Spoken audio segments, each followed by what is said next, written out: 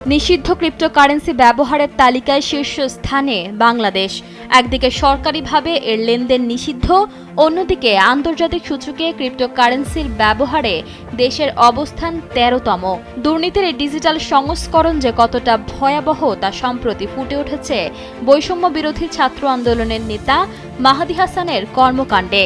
অভিযোগ উঠেছে তার ডিজিটাল ওয়ালেটে ছিল প্রায় ৪০ লক্ষ টাকারও বেশি নিষিদ্ধ ক্রিপ্টোকারেন্সি।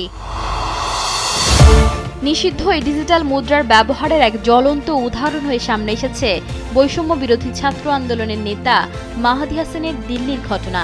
নিষিদ্ধ এই ডিজিটাল মুদ্রার ব্যবহারের এক জ্বলন্ত উদাহরণ হয়ে সামনে এসেছে মাহাদী হাসানের দিল্লির ঘটনা। সম্প্রতি দিল্লির কনট প্লেসে পর্তুগালের ভিসার জন্য গিয়ে তিনি ভারতীয় গোয়েন্দা সংস্থার নজরে আসেন।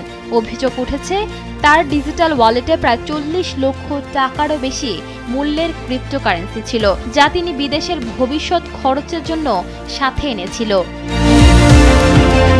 পরবর্তীতে দেশে ফিরে মাহাদী হাসান ক্রিপ্টোকারেন্সির অভিযোগকে গুজব বলে উড়িয়ে দিয়েছেন।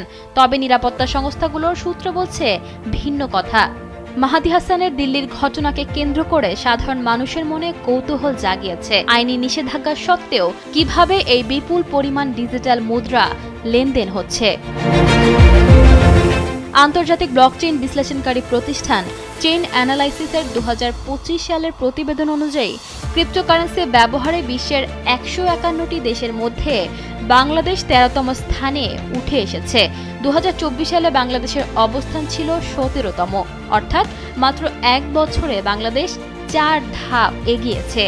মজার ব্যাপার হলো, তালিকায় শীর্ষ ২০টি দেশের মধ্যে ৭টি বাংলাদেশের মতো নিম্ন মধ্যম আয়ের দেশ।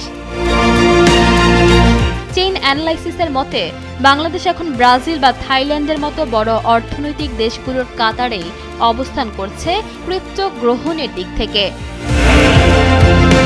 ঈশিতা আক্তার, সময়ের আলো।